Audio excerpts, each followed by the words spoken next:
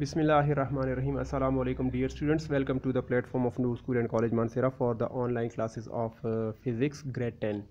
Dear students, in the previous video we discussed about the electromagnetism, DC motor and the other concepts like force on current carrying conductor in a magnetic field. Today we are going to discuss this topic, electromagnetic induction. Dear students, ये हमारा जो आज का topic है examination point of view से important है और basic topic है, इसको समझना बहुत ज़रूरी है। देखें, इसमें इलेक्ट्रोमैग्नेटिक का जहाँ तक ताल्लुक़ है तो इलेक्ट्रो और मैग्नेटिक को तो हम समझते हैं, लेकिन इसमें इम्पॉर्टेंट चीज़ है इंडक्शन। स्टूडेंट्स, इंडक्शन का लफ्ज़ी जो मतलब होता है वो आपने अपने जहन में रखना है। इंडक्शन उस फिनोमिना को कहते हैं जिसका मतलब होता है टू प्रोड्यूस बाय चेंज। आप किसी चीज़ को प्रोड्यूस करते हैं किसी और चीज़ को चेंज करके।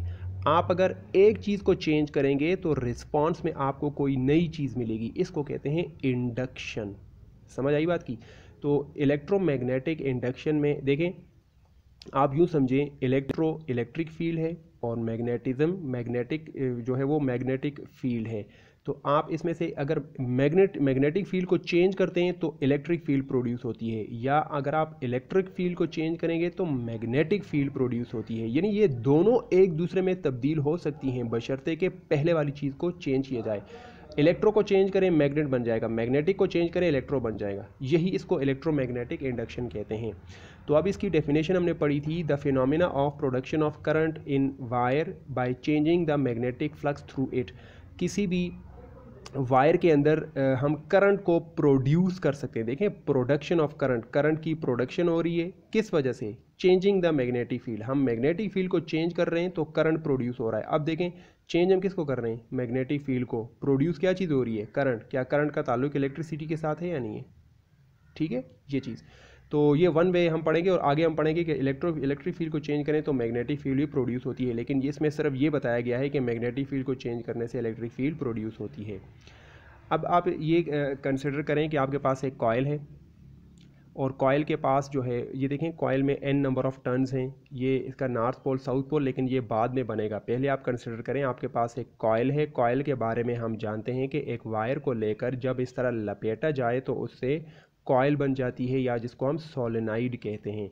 इसकी दो तारों के साथ आप कोई गैल्वानोमीटर लगाएं। गैल्वानोमीटर वो डिवाइस है जो इस कॉइल के अंदर गुजरने वाली करंट को डिटेक्ट करता है। अगर किसी तार के अंदर, किसी कॉइल के अंदर करंट गुजर रही है तो गैल्वानोमीटर की सुई जो है वो डिफ्लेक्ट हो जाएगी, जिसका मतलब होगा कि इस सर्किट के अंदर या इस कॉइल के अंदर करंट गुजर रही है। तो गैल्वानोमीटर करंट को डिटेक्ट करने के लिए इस्तेमाल होता है। तो कॉइल के साथ आपने गैल्वानोमीटर लगाया हुआ है। एक मैग्नेट लेकर आप टूवर्ड्स लेकर आएँ, मैग्नेट को आप कॉइल की तरफ लेकर आएँ, फिर उसको पीछे लेके जाएं। ये टूवर्ड्स लाने वाले फिगर को मैंने यहाँ बनाया हुआ है, और अवे यानी मैग्नेट को नज़दीक लाकर अवे लेकर जाएँ, फिर मैग्नेट को पीछे, आगे पीछे, आगे पीछे। तो आगे पीछे करने पर क्या होगा? देखें, एक बात अभी आप अपने ज़हन में रखें, जिस वक्त हम मैग्नेट को टूवर्ड्स लेकर आते हैं, किसी कॉइल की तरफ लेकर आते हैं, तो जो मैग्नेट का यहाँ पे पोल होता है वही पोल यहाँ पे अपीयर होगा। अब देखें, यहाँ पे नॉर्थ है तो यहाँ पर भी नॉर्थ अपीयर होगा। अगर यहाँ पे साउथ होता, नॉर्थ इधर होता, तो साउथ के सामने यहाँ पर साउथ बनता, नॉर्थ इधर बनता। तो ये इसका मतलब है same poles appear when magnet moves toward. जब भी मैग्नेट कॉइल की तरफ आता है तो जो मैग्नेट का पोल होता है वही पोल कॉइल के ऊपर प्रोड्यूस होता है। और this is according to law of conservation of energy. क्योंकि हम मैग्नेटिक फील्ड से इलेक्ट्रिक एनर्जी बना रहे हैं, मैग्नेटिक एनर्जी से इलेक्ट्रिक एनर्जी बना रहे हैं, तो यहाँ पे हर इस तरह के फिनोमिना में अपोजिशन होती है। जब हम अपोजिशन को ओवरकम करते हैं तो फिर जाकर according to law of conservation of energy एक एनर्जी दूसरे एनर्जी की फॉर्म में कन्वर्ट होती है। क्लियर? अब यहाँ पर देखें, अब उसी मैग्नेट को नज़दीक लाने पर पोल तो सेम बन रहे थे, लेकिन अब दूर ले जाने पर, अवे पर, अपोजिट पोल बनेंगे। नॉर्थ था तो यहाँ पे ये वाला नॉर्थ किस में कन्वर्ट हो जाएगा? ये बन जाएगा साउथ। ठीक है, मैग्नेट का नॉर्थ और साउथ वो तो सेम रहेंगे, लेकिन कॉइल अपने अंदर नॉर्थ और साउथ को चेंज करता रहेगा, जिसकी वजह से इंड्यूस्ड ईएमएफ जो गैल्वेनोमीटर डिटेक्ट करेगा वो टूवर्ड्स की डायरेक्शन में एक तरफ उसकी डायरेक्शन होगी और अवे वाले केस में उसकी डायरेक्शन अपोजिट डायरेक्शन में मार्क हो जाएगी। ठीक है, तो मतलब इसमें जो है वो करंट अपनी डायरेक्शन को चेंज कर रहा है क्योंकि मैग्नेटिक फ्लक्स, मैग्नेटिक फील्ड भी अपनी डायरेक्शन को चेंज कर रहा है। तो opposite poles appear when magnets move away. Students ये बातें याद रखने की हैं कि जब भी मैग्नेट टूवर्ड्स आएगा सेम पोल बनेंगे, जब मैग्नेट अवे जाएगा तो अपोजिट पोल्स बनेंगे। यही बातें यहाँ पे लिखी हुई हैं। उसके बाद हमने कुछ फैक्टर्स डिस्कस किए थे कि इलेक्ट्रोमैग्नेटिक इंडक्शन में वो कौन से फैक्टर्स हैं जिसके ऊपर करंट डिपेंड करती है। यानी यहाँ पे आप देखें गैल्वेनोमीटर ने करंट को डिटेक्ट किया कि कुछ ना कुछ करंट गैल्वेनोमीटर इस कॉइल के अंदर प्रोड्यूस हो रही है, इसी को इंड्यूस्ड करंट कहते हैं।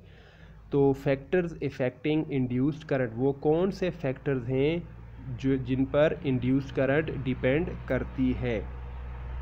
Number 1, double coil produced double current. Experimentally देखा गया कि नंबर ऑफ कॉइल्स की तादाद को अगर डबल करें, फ़र्ज़ करें इसमें 8 नंबर ऑफ टर्न्स हैं, अगर आप 8 का डबल 16 करें तो उस वक्त मैग्नेट को अगर आप आगे पीछे मूव करें तो ज़्यादा करंट प्रोड्यूस होगी। इसका मतलब कि करंट की वैल्यू जो है वो किस पर डिपेंड करती है, नंबर ऑफ टर्न्स पे। यानी डबल करें कॉइल को तो वो डबल करंट हो जाएगी, ट्रिपल करें कॉइल को तो करंट भी ट्रिपल हो जाएगी, 10 गुना करें तो करंट भी 10 गुना हो जाएगी, 1000 गुना करें तो करंट भी 1000 गुना हो जाएगी।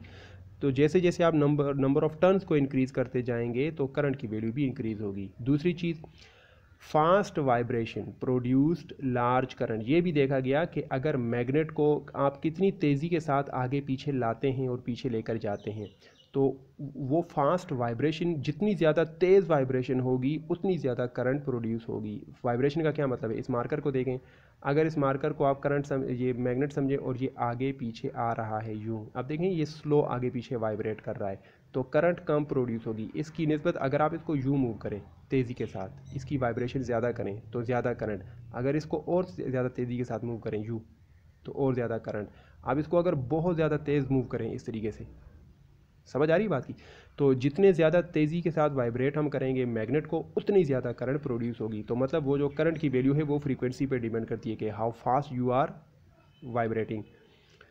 तीसरा पॉइंट है strong magnet produce large current, कि ये जो मैग्नेट है अगर इसकी अपनी मैग्नेटिक फील्ड स्ट्रांग है तो करंट भी इस कॉइल में स्ट्रांग प्रोड्यूस होगी। और दूसरा, large area of the coil produced large current, कि अगर ये जो कॉइल है इसका क्रॉस सेक्शनल एरिया, इसका जो क्रॉस सेक्शनल एरिया ज़्यादा होगा तो करंट भी ज़्यादा प्रोड्यूस होगी। जो पतली कॉइल होती है उसमें करंट कम प्रोड्यूस हो रही है, अगर खुली वायर है, खुला कॉइल है तो उसके अंदर करंट भी ज़्यादा प्रोड्यूस होगी। ओके स्टूडेंट्स, इसके बाद हम डिस्कस करेंगे म्यूचुअल इंडक्शन। म्यूचुअल का मतलब दो चीज़ों का आपस में कोई रिलेशन। इंडक्शन का कंसेप्ट वही है कि आप एक चीज़ में मैग्नेटिक फील्ड को चेंज करें तो उस मैग्नेटिक फील्ड के चेंज की वजह से इलेक्ट्रिक फील्ड प्रोड्यूस हो जाएगी या करंट प्रोड्यूस हो जाएगी। तो म्यूचुअल इंडक्शन ऐसा फिनोमेना जिसमें EMF is induced in one coil due to the change in current in other coil. दो कॉइल्स होती हैं, एक कॉइल में आप जो है वो आप करंट को चेंज करते हैं तो दूसरे में इंड्यूस्ड EMF प्रोड्यूस हो जाती है। अब देखें EMF आप लोगों के लिए नई टर्म हो सकती है। EMF का मतलब क्या होता है, EMF means electromotive force, E for electro, M for motive, F for force, electromotive force. और EMF जो है वो असल में वोल्टेज का दूसरा नाम है। EMF is the second name of voltage, यानी EMF और वोल्टेज ये एक ही चीज़ें होती हैं। ठीक है, EMF को भी वोल्ट्स में मेजर किया जाता है, वोल्टेज भी वोल्ट्स में मेजर होती है। तो असल में कन्फ्यूजन यहाँ पे किसी किस्म की प्रोड्यूस नहीं होनी चाहिए। ये सिंपल सी चीज़ है कि वोल्टेज को EMF भी कहते हैं। ठीक है, अब इसमें कंसिडर करें, देखें हमने कहा कि दो कॉइल्स हैं, एक पहला कॉइल और एक दूसरा कॉइल। तो चलें, एक कॉइल मेरे पास ये है, इसको मैं प्राइमरी का नाम देता हूँ, दूसरा कॉइल मेरे पास ये है, इसको मैं सेकेंडरी का नाम देता हूँ। प्राइमरी कॉइल के साथ मैंने एक अप्लाइड वोल्टेज लगाया हुआ है, एक ऐसी बैटरी जिसको मैं वेरिएबल उसकी वोल्टेज को कम ज़्यादा कर सकता हूँ। तो ये इस तीर का निशान का मतलब है वोल्टेज को कम ज़्यादा करना, चेंज करना। अब जैसे जैसे यहाँ से मैं वोल्टेज को चेंज करूँगा तो इस सर्किट के अंदर गुजरने वाली करंट उसकी वैल्यू भी क्या होती जाएगी, चेंज, क्योंकि करंट डिपेंड किस पे करती है, वोल्टेज पे। अगर आप वोल्टेज को कांस्टेंट रखें तो करंट कांस्टेंट, वोल्टेज को चेंज करें तो करंट भी चेंज। जब करंट इस कॉइल के अंदर से चेंज होकर गुजरेगी तो इस कॉइल के अंदर जो मैग्नेटिक फील्ड प्रोड्यूस होती है उसकी वैल्यू भी क्या होगी, चेंज। यानी प्राइमरी कॉइल में आप करंट को भेजते हैं और उसकी वोल्टेज को चेंज करने पर आप करंट को चेंज कर रहे हैं। इस करंट की वजह से प्राइमरी के अंदर मैग्नेटिक फील्ड चेंज हो रही है। अब ये मैग्नेटिक फील्ड प्राइमरी से किस में जा रही है, सेकेंडरी में। सेकेंडरी जो है उसमें इंडक्शन होगी। सेकेंडरी के अंदर क्या चीज़ चेंज हो रही है, मैग्नेटिक फील्ड। तो इस मैग्नेटिक फील्ड से क्या चीज़ प्रोड्यूस होगी, इंड्यूस्ड वोल्टेज, या जिसको EMF कहते हैं। देखें अब इसमें ये इलेक्ट्रोमैग्नेटिक इंडक्शन का फिनोमेना कैसे है। डियर स्टूडेंट्स यहाँ पे ज़रा देखें, इलेक्ट्रोमैग्नेटिक इंडक्शन में हम पढ़ चुके हैं कि एक चीज़ को चेंज करने पर दूसरी चीज़ को प्रोड्यूस किया जाता है। देखें पहले कॉइल में, प्राइमरी कॉइल में किस चीज़ को हम चेंज कर रहे हैं, करंट को, यानी इलेक्ट्रिक फील्ड, करंट का ताल्लुक इलेक्ट्रिक फील्ड के साथ है। इलेक्ट्रिक फील्ड को चेंज करें तो मैग्नेटिक फील्ड प्रोड्यूस हो रही है। समझ आई बात की। अब ये मैग्नेटिक फील्ड दूसरे के अंदर पास हो रही है, तो वो मैग्नेटिक फील्ड जब दूसरे के अंदर पास होगी, जैसे जैसे ये करंट चेंज होगी ये अपने साथ मैग्नेटिक फील्ड को चेंज करेगी, और ये change magnetic field secondary coil के अंदर दोबारा यहाँ पे क्या जनरेट कर देगी, वोल्टेज। करंट से मैग्नेटिक फील्ड प्रोड्यूस हुई, वो मैग्नेटिक फील्ड चेंज हुई, तो उस चेंज की वजह से दोबारा यहाँ पे वोल्टेज प्रोड्यूस हो जाएगी। इसको इंड्यूस्ड EMF या इंड्यूस्ड वोल्टेज कहते हैं, ठीक है। अब देखें इसमें डियर स्टूडेंट्स ये वेरिएबल अप्लाइड वोल्टेज के बारे में है कि variable applied voltage produces variable current which produces changing magnetic field due to this change induced EMF is produced in the secondary coil. Secondary coil में इंड्यूस्ड EMF प्रोड्यूस होती है जब primary के अंदर हम लोग करंट को चेंज करते हैं, ठीक है। तो ये इसके बारे में बताया गया है।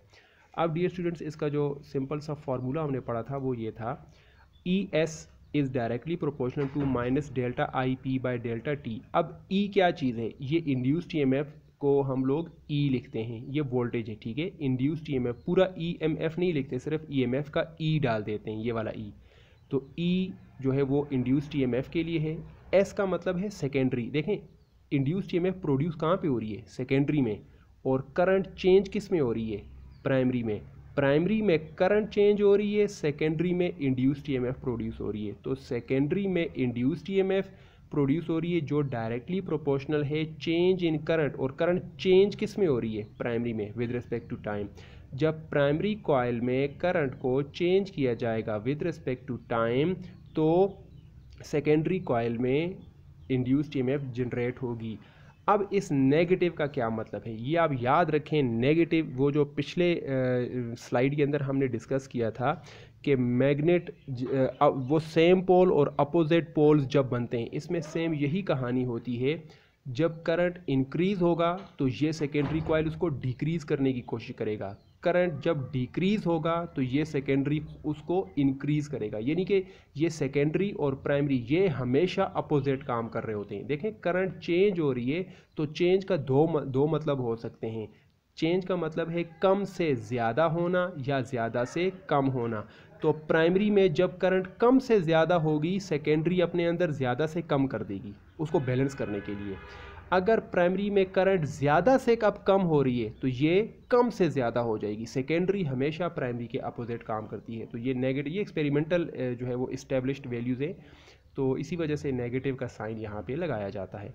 तो removing the sign of proportionality minus, और यहाँ पे लगेगा कांस्टेंट, और इस कांस्टेंट को m से रिप्रेजेंट किया जाता है। ये m जो है इसको कांस्टेंट ऑफ प्रोपोर्शनैलिटी कहा जाता है। इसको म्यूचुअल इंडक्टेंस का नाम दिया जाता है। इसका यूनिट क्या है, अगर आप इसी फार्मूले को देखें या इस फार्मूले को, इससे आप m की वैल्यू निकालें। डेल्टा T नीचे डिवाइड हो रहा है, क्रॉस में ले जाएं तो E के साथ T क्रॉस मल्टीप्लाई हो जाएगा और डेल्टा IP नीचे आ जाएगा। तो m will be equal to minus ES delta T by I delta IP। E जो है वो मैं आपको बता चुका हूँ कि ये वोल्टेज है, तो इसका यूनिट है वोल्ट, टाइम का सेकेंड, और चेंज इन करंट, करंट का होता है यूनिट एम्पियर, वोल्ट सेकेंड पर एम्पियर। डियर स्टूडेंट्स इसको हेनरी कहते हैं। क्या कहते हैं, हेनरी। इसको कैपिटल H से डिनोट किया जाता है। Okay dear students, the last topic transformer. Now ये transformer examination point of view से बहुत इंपॉर्टेंट है। हम जानते हैं कि ट्रांसफार्मर वो डिवाइस है जिसको यूज़ किया जाता है this the device which is use to increase और डिक्रीज एसी वोल्टेज और करंट लेवल। जो अल्टरनेटिंग करंट है, डायरेक्ट करंट पे ये काम नहीं करता। अच्छा, ये अल्टरनेटिंग करंट पे काम करता है। यानी transformer only works on AC voltage and AC current, it does not work on DC current and DC voltage. तो ट्रांसफार्मर वो डिवाइस है जो अल्टरनेटिंग वोल्टेज और अल्टरनेटिंग करंट के लेवल को चेंज करता है। लेवल का मतलब होता है इंक्रीज और डिक्रीज। वोल्टेज को ज़्यादा करेगा, करंट को कम करेगा, वोल्टेज को कम करेगा, करंट को ज़्यादा करेगा। ठीक है। वर्किंग, इसके काम करने का उसूल देखें। It works on the principle of mutual induction. ये भी म्यूचुअल इंडक्शन के उसूल पर काम करता है ट्रांसफार्मर। वो कैसे? अगर आप इसके कंस्ट्रक्शन को देखें, इसके स्ट्रक्चर को देखें, ये आयरन कोर है, लोहे का बना हुआ एक पीस होता है जिसके ऊपर एक प्राइमरी कॉइल को यहाँ पे लपेटा जाता है और सेकेंडरी कॉइल को यहाँ पे लपेटा जाता है। ठीक है। तो प्राइमरी कॉइल यानी इस कॉइल के साथ इनपुट वोल्टेज, अल्टरनेटिंग करंट की इनपुट वोल्टेज दी जाती है और सेकेंडरी के साथ यहाँ पर हमें आउटपुट वोल्टेज मिलती है। प्राइमरी कॉइल में जो नंबर ऑफ टर्न्स हैं, यानी इस तार को कितनी मरतबा आपने टर्न किया हुआ है, वो NP है। और सेकेंडरी कॉइल में कितने नंबर ऑफ टर्न्स हैं, उसको NS कहते हैं। तो ये सेकेंडरी कॉइल है, ये प्राइमरी कॉइल है। प्राइमरी कॉइल पे इनपुट वोल्टेज दी जाती है, सेकेंडरी कॉइल पर आउटपुट लिया जाता है। इनपुट प्राइमरी पर है और आउटपुट सेकेंडरी पर। प्राइमरी में नंबर ऑफ टर्न्स NP हैं और सेकेंडरी में नंबर ऑफ टर्न्स NS। अब देखें अभी ये काम कैसे करता है। Magnetic field changes in primary coil. चूँकि प्राइमरी कॉइल को हमने AC के साथ लगाया हुआ है, अल्टरनेटिंग में करंट अपनी डायरेक्शन को चेंज करता है। तो due to the change in direction, primary coil में मैग्नेटिक फील्ड भी जो है वो नॉर्थ ऊपर साउथ नीचे, फिर साउथ ऊपर नॉर्थ नीचे, तो वो भी अपनी direction up and down change करता है। अब आयरन कोर के अंदर से वो मैग्नेटिक लाइंस प्राइमरी से किस में जाती हैं? सेकेंडरी में। तो प्राइमरी में जब up and down north south pole change हो रहा है तो वही चेंज प्राइमरी से सेकेंडरी को शिफ्ट हो रहा है। और हम जानते हैं कि जब भी किसी कॉइल के अंदर से मैग्नेटिक फ्लक्स चेंज होगा, मैग्नेटिक फील्ड जो है वो चेंज होगी, तो उसके अंदर इंड्यूस्ड EMF प्रोड्यूस होगी। यही इंड्यूस्ड EMF हमारे पास आउटपुट की फॉर्म में VS हमारे पास आ जाता है। ठीक है। तो magnetic field changes in primary coil due to AC input. जब प्राइमरी कॉइल पर AC इनपुट लगाई जाती है तो उस प्राइमरी कॉइल में मैग्नेटिक फील्ड चेंज होती है। ये मैग्नेटिक फील्ड आयरन कोर से होते हुए सेकेंडरी कॉइल को पहुंच जाती है। अब क्या होता है? AC output is obtained on secondary coil due to change in magnetic field. इसी चेंज इन मैग्नेटिक फील्ड की वजह से सेकेंडरी कॉइल में इंड्यूस्ड AC आउटपुट मिल जाती है, जो हमें यहाँ पे आउटपुट मिल जाती है। तो इसका फार्मूला देखें। The formula of transformer, the ratio of secondary voltage to primary voltage. VS secondary voltage है जो आउटपुट पर मिलती है और VP प्राइमरी वोल्टेज है जो प्राइमरी इनपुट पर अप्लाई की जाती है, सप्लाई की जाती है। The ratio of voltages secondary voltage to primary voltage is equal to number of turns in secondary coil to the number of turns in primary coil. Secondary और primary में जो नंबर ऑफ टर्न्स की ratio होती है वो secondary और primary में जो वोल्टेज अपीयर होते हैं उनकी रेशो के इक्वल होती है। तो ये VS जो है वो आउटपुट वोल्टेज है, VP इनपुट वोल्टेज है, NS number of turns in secondary coil है और NP number of turns in primary coil है। अच्छा डियर स्टूडेंट्स, ये जो रेशो है NS/NP, इस पूरी रेशो को टर्न्स रेशो कहा जाता है। टर्न्स रेशो ही की मदद से हम स्टेप अप और स्टेप डाउन ट्रांसफार्मर का इंतखाब करते हैं। हम जानते हैं कि स्टेप अप ट्रांसफार्मर वो ट्रांसफार्मर है जो AC वोल्टेज की कम वैल्यू को ज़्यादा कर देता है और स्टेप डाउन ट्रांसफार्मर में ज़्यादा वोल्टेज को कम कर दिया जाता है। तो वो किस तरह होता है? वो असल में number of turns in secondary और प्राइमरी, इसकी रेशो पे डिपेंड करता है। तो ये बात याद रखें, in step up transformer secondary coil के में नंबर ऑफ टर्न्स को प्राइमरी कॉइल के मुकाबले में ज़्यादा रखा जाता है और स्टेप डाउन ट्रांसफार्मर में सेकेंडरी टर्न्स को प्राइमरी टर्न से कम रखा जाता है। तो डियर स्टूडेंट्स, ये आज का आपका लेक्चर था। तो काइंडली इसको जो है आप लोगों ने इसको नोट डाउन करना है, इसके नोट्स बनाने हैं और जो डेट आपको बताई जाएगी उसके ऊपर आपने इसको सबमिट करना है। Thank you very much.